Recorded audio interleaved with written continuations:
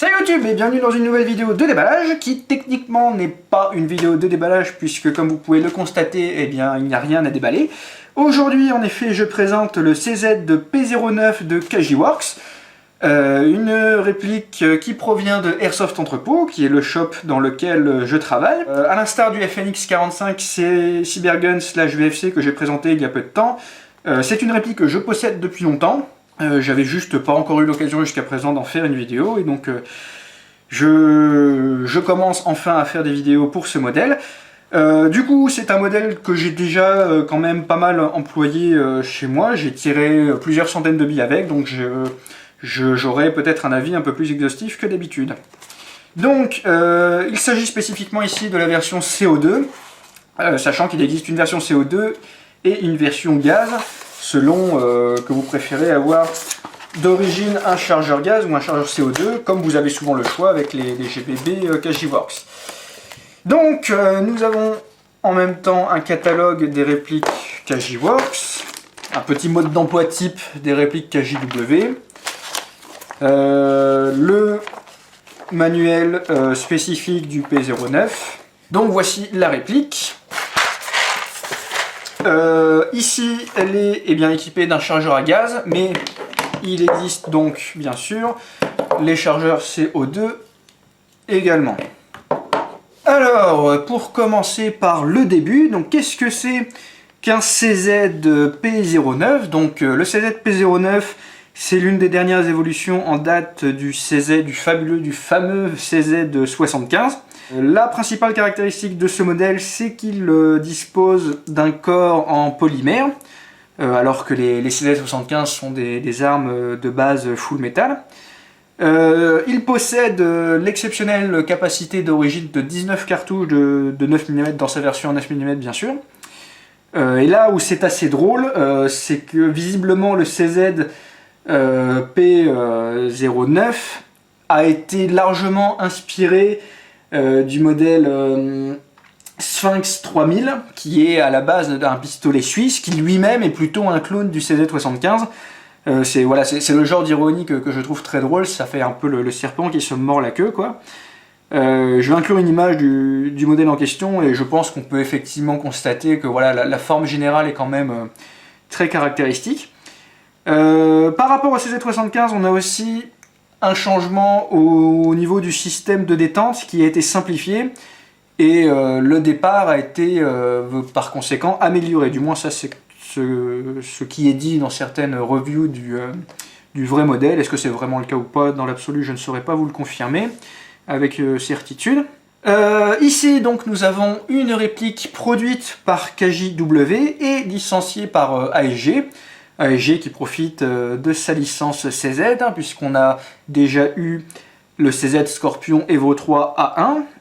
Ici, eh bien, nous avons une réplique du CZ de P09 qui, ma foi, est quand même très bien finie. Honnêtement, d'une façon générale, je trouve que les répliques KJW ne sont pas forcément très bien fichues. En termes de finition, au niveau du fonctionnement, c'est tout à fait satisfaisant, mais c'est pas forcément toujours très joli. Et là, cette réplique, franchement, en termes de finition, elle est vraiment très sympa. Et ce, malgré son prix, parce que la réplique n'est quand même pas très chère. En l'occurrence, cette réplique, elle est vendue à 109,90 € si je vous dis pas de bêtises sur Airsoft Entrepôt, ce qui est quand même très loin des presque 200 € du FNX 45, alors qu'en termes de finition, honnêtement, c'est, en ce qui me concerne, tout à fait comparable, quoi. Là où je suis très content, c'est qu'ils n'ont pas mis de marquage débile du genre License Trademark by CZ, gna gna gna. Non, là on a les vrais marquages et rien d'autre, ou du moins presque rien d'autre. Ici CZ P09, le logo CZ, Duty ici, Design in Czech Republic, le logo sur la poignée ici. On a un numéro de série ici, alors est-ce qu'il est unique ou pas, je ne sais pas, je ne suis pas sûr du tout. Ici nous avons un Made in Taiwan, qui sera donc le seul marquage non réaliste de la réplique, et encore le logo CZ ici. Vraiment au niveau de la finition c'est très sympa, et ce modèle que je dispose depuis donc 1 an et qui a tiré plusieurs centaines de billes, franchement n'a pas été énormément marqué. On a bien sûr quelques traces ici au niveau de la chambre, mais voilà, franchement, ça mis à part, c'est pas plus marqué que ça. Bon alors, je ne l'ai pas emmené en partie, mais j'ai quand même vraiment beaucoup tiré avec, et au niveau de la finition, donc c'est vraiment, vraiment très sympa. Donc la finition, notamment au niveau esthétique, mais même la finition en termes de ajustement entre les pièces. Une chose que j'adore beaucoup, c'est implénable, j'adore beaucoup, bref, sur cette réplique, c'est le mouvement de la culasse qui est vraiment très, très doux, quoi. Le mouvement de la culasse est très très agréable. Et là, vous savez, où sur certaines répliques, vous pouvez sans trop de problème bloquer à mi-chemin la culasse comme ça, lorsque le canon externe bascule. Ici, vraiment, c'est fluide du début à la fin, et c'est vraiment très très très satisfaisant, quoi. On peut power stroker sans problème. Là, la culasse est bloquée en arrière, il n'y a pas de chargeur, et quand je tire, ça se remet en avant sans aucun souci. Au niveau de la platine, c'est exactement comme le CZ75 d'origine, c'est-à-dire qu'on a une détente en double action, simple action. Donc là, le marteau n'est pas armé, mais si j'appuie sur la détente, ça arme le marteau et ça le relâche. Ensuite, eh bien, le coup part, la culasse cycle, ça réarme le marteau, ça donc allège le départ au niveau de la queue de détente, etc., etc. La sécurité qui est montée ici sur le corps peut être activée lorsque le marteau est armé. Donc là, le marteau ne pourra jamais basculer quand la sécurité est activée. En revanche, lorsque le marteau n'est pas armé, il n'est pas possible de mettre la sécurité, encore une fois, comme sur les CZ75. Il me semble que sur le vrai, normalement, ce levier fait également office de décoqueur, c'est-à-dire qu'en le poussant vers le bas, à l'instar par exemple des USP de l'HK45 ou d'ailleurs du FNX45, normalement ça devrait être désarmé. Il me semble bien que c'est comme ça sur le vrai. Après, il y a peut-être plusieurs variantes, je ne suis pas totalement certain. Toujours est-il que sur cette version Airsoft, eh bien ça ne fonctionne pas. Bon voilà, c'est pas non plus forcément un très gros problème. On dispose bien sûr d'un rail type Picatinny ici, ce qui vous permet de mettre n'importe quelle lampe compatible, comme une Surefire, une Streamlight ou les copies Airsoft. Donc, comme c'est une version CO2 que j'ai achetée, la réplique m'a été livrée avec un chargeur de ce genre-là, donc dans lequel on met une sparklet de CO2. Donc le CO2 est beaucoup plus puissant que, mettons, le green gas. Ici, nous avons un chargeur à gaz, donc dans lequel on va plutôt mettre du green gas. Alors, en ce qui me concerne, les répliques KJW, j'ai toujours trouvé eh bien, que c'était beaucoup plus satisfaisant d'utiliser les chargeurs CO2. Avec le chargeur CO2, on va avoir un très bon kick, un cooldown quasiment inexistant, et voilà, une bonne autonomie, alors qu'un chargeur gaz, inversement, ça va être un peu plus mou. La réplique va souffrir plus facilement d'une cadence de tir élevée, et l'autonomie ne va pas être fameuse non plus. Donc je sais pas, peut-être que KJW a toujours eu besoin de trouver un compromis entre le CO2 et le gaz, mais en ce qui me concerne, voilà, il faut vraiment utiliser un chargeur à CO2 pour profiter pleinement de la réplique, parce qu'en l'état, avec un chargeur gaz, c'est moyen, quoi. La bonne nouvelle, c'est qu'avec un chargeur CO2, eh bien, la puissance n'est pas totalement déconnante. En effet, même avec une sparklet de CO2, on va avoir une puissance aux alentours de 330 fps, ce qui reste en soi puissant pour un GBB, mais pour une réplique à CO2, ça reste quand même relativement raisonnable. Par contre, et ça c'est un autre problème, c'est que la puissance est quand même très variable, ça a tendance à beaucoup osciller entre 280 et 330 fps. Aussi, et la puissance va beaucoup dépendre du contenu de la sparklet de CO2, c'est-à-dire que plus la sparklet se vide, et plus la pression va diminuer. Ça ne se ressent bizarrement pas tellement avec le cycle de la réplique, ça cycle toujours très bien, très vite, très fort, sans qu'on ne ressente trop de cooldown. En revanche, quand on se sert d'un chrony, on voit bien, voilà, que la bille va vraiment partir avec une puissance un peu aléatoire au bout d'un moment. De la même façon, et là ça rejoint également le FNX45, avec le canon de joint pub d'origine, jusqu'à 20-25 mètres ça va. Par contre, à partir de 25-30 mètres, ça commence à vraiment déconner et à partir n'importe où. Le problème étant que sur le FNX45 Cybergun, eh bien, c'est un problème relatif, puisqu'on peut facilement le changer pour un joint type VSR10 et un canon compatible MAR8. Alors que sur cette réplique, eh bien, ça a l'air quand même plus ou moins spécifique. Du coup, profitons-en pour regarder un peu à l'intérieur. Donc il faut tirer la culasse en arrière et trouver le bon moment pour appuyer sur l'arrêtoir de culasse afin de le déloger. C'est simplement comme ça, voilà. Hop. Voilà à quoi ça ressemble. Voici la vis de réglage du hop-up. Ce qui permet de voir a priori que le bloc hop-up est quand même spécifique.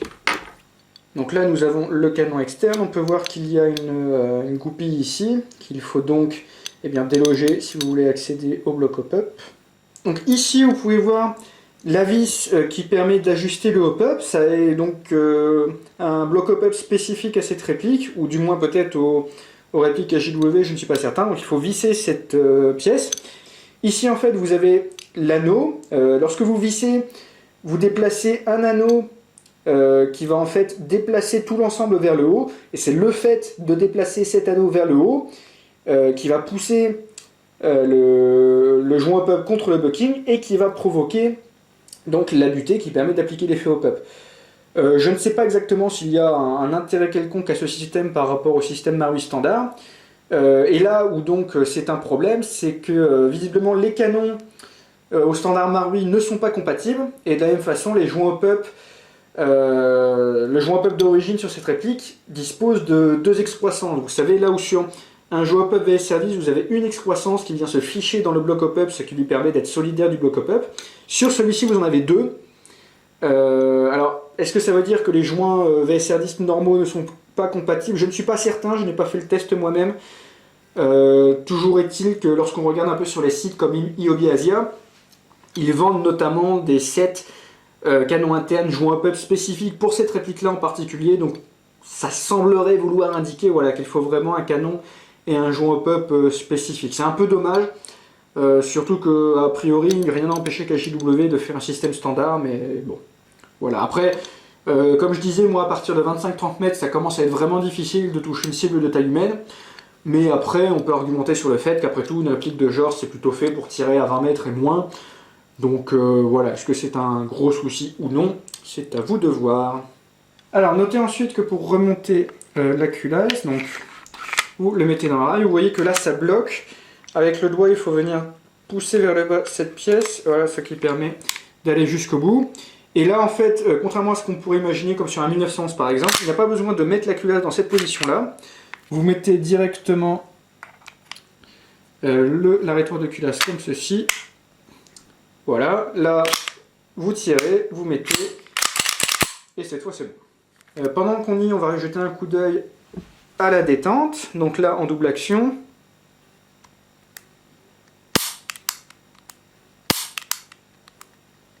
Ça gratte un petit peu, mais c'est quand même relativement doux. Quand on compare, encore une fois, avec le FNX 45 Cybergun/VFC, il n'y a pas photo, là c'est quand même beaucoup plus agréable. C'est très doux, notamment. En simple action, donc, c'est très doux, mais c'est aussi très mou, je dirais. Là, en fait, vous voyez, on a d'abord un premier trajet assez évident, mais une fois qu'on arrive à cette butée, voilà, ça continue à pouvoir être tiré en arrière sans qu'à aucun moment on se rende vraiment compte quand est-ce que le coup va partir. Voilà, ce qui, moi, n'est pas le genre de détente qui me plaît beaucoup. Donc là, le trigger reset. Clac. Clac. Rien à redire au niveau du trigger reset. Après, ça, c'est tout à fait correct. Mais voilà, c'est mou d'une façon générale. C'est facile d'appuyer sur la détente. Ce qui ne choquera pas, je pense, l'airsofter lambda. Après, si comme moi, vous aimez les queues de détente réalistes et un peu franches, voilà, vous trouverez peut-être des trucs à redire sur cette détente-là. En somme, voilà, je crois que j'ai dit à peu près tout ce que j'avais envie de dire à propos de cette réplique. Donc en résumé, je dirais que le prix est tout à fait satisfaisant pour ce niveau de finition. Vraiment, c'est une très très belle réplique qui n'a rien à envier à des répliques plus haut de gamme, ou du moins plus chères que ça. Je dirais qu'entre les chargeurs gaz et les chargeurs CO2, pour moi il n'y a pas photo, les chargeurs CO2 sont quand même autrement plus agréables à utiliser. Après, bien sûr, soyez d'autant plus rigoureux au niveau de l'entretien parce que le CO2 est corrosif et sec. Ce qui veut dire que derrière vous, il faut que vous lubrifiez vos joints correctement. Soyez toutefois attentif aussi à la puissance. Avec une Sparklet neuve, on frôle les 330 voire plus au niveau des FPS. Donc à la limite, n'hésitez pas lorsque vous mettez une Sparklet neuve à tirer peut-être 5 à 10 coups à vide, simplement pour réduire la pression et faire en sorte que vos coups suivants seront moins puissants. De la même façon, lorsque vous allez ajuster votre hop-up, je vous conseille là aussi de tirer au moins une dizaine de coups et ensuite d'ajuster votre hop-up, sinon vous allez mettre trop de hop-up et lorsque la puissance va diminuer, vos billes vont décoller. Que dire d'autre? Le kick est très satisfaisant, en tout cas avec les chargeurs CO2. Les performances sont correctes jusqu'à 20-25 mètres, mais en tout cas sur mon modèle, au-delà de 25 mètres, ça devient compliqué de tirer une cible de taille humaine parce que les billes commencent à aller un peu n'importe où malheureusement. Et je sais que Dink Chavez est en train de préparer une review sur ce modèle qui sera disponible très bientôt, donc on verra bien ce qu'il en dira. Et en somme, voilà. Donc je vais bien sûr faire une vidéo de tir de cet engin-là. On pourra donc voir qu'est-ce que ça donne niveau cooldown, kick, puissance, portée, précision et tout le tintouin. D'ici là, eh bien moi je vous remercie d'avoir regardé cette vidéo-là. Je vous souhaite une bonne continuation et je vous dis à la prochaine. Salut!